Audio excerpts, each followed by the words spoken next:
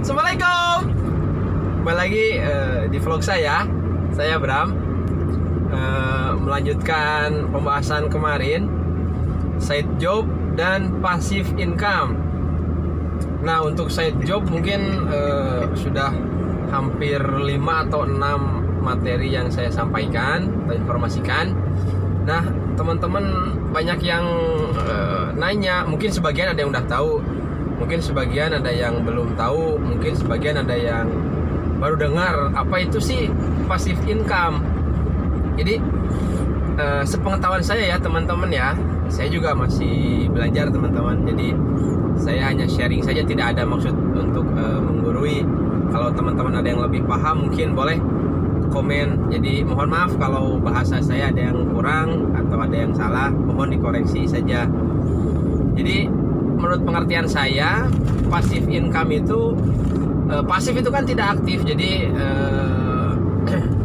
tidak aktif itu jadi maksudnya kayak kita diem tapi uang itu masuk gitu ke rekening kita, ke berupa cash money atau pertukaran nilai tambah yang lebih besar. Misal kalau kita punya kos-kosan misalnya,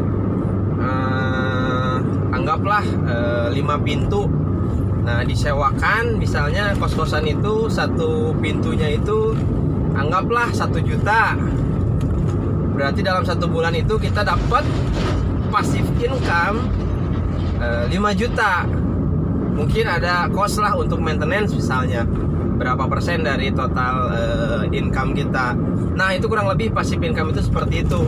Itu yang berupa properti misalnya, atau mungkin bisa juga berupa tanah. Misalnya kita beli, pada saat beli tanah misal 100 meter persegi dengan harga per meternya anggaplah 1 juta. Berarti per 100 meter itu kurang lebih 100 juta ya teman-teman. Nah, misalnya 10 tahun kemudian kita jual, harga tanahnya per meternya sudah 5 juta. Nah, berarti kita ada pertukaran pertambahan nilai tanah. Nah, itu juga bisa disebut sebagai passive income.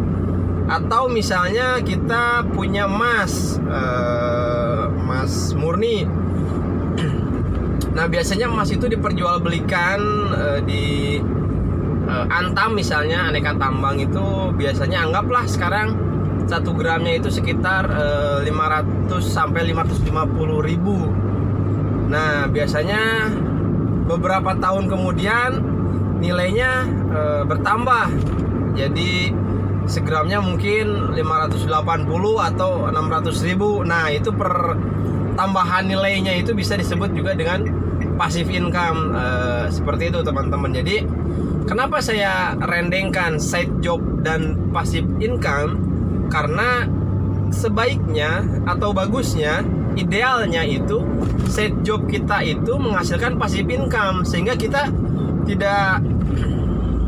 tidak harus aktif terus-menerus menjaga side job kita. Jadi biarkanlah misalnya pegawai kita, atau biarkanlah misalnya pertumbuhan nilai yang terus bertambah setiap tahunnya yang membuat return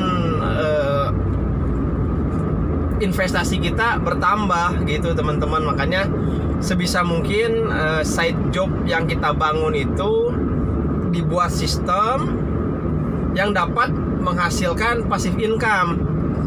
Begitu usia kita sudah tidak produktif lagi, atau begitu kita memutuskan untuk fokus misalnya di side job kita sudah ada pegangan teman-teman. Jadi itu mungkin sedikit pengertian yang saya ketahui mengenai passive income. Mungkin sekian vlog kali ini, semoga ada manfaatnya. Terima kasih, thank you, arigato, see you next video, bye bye.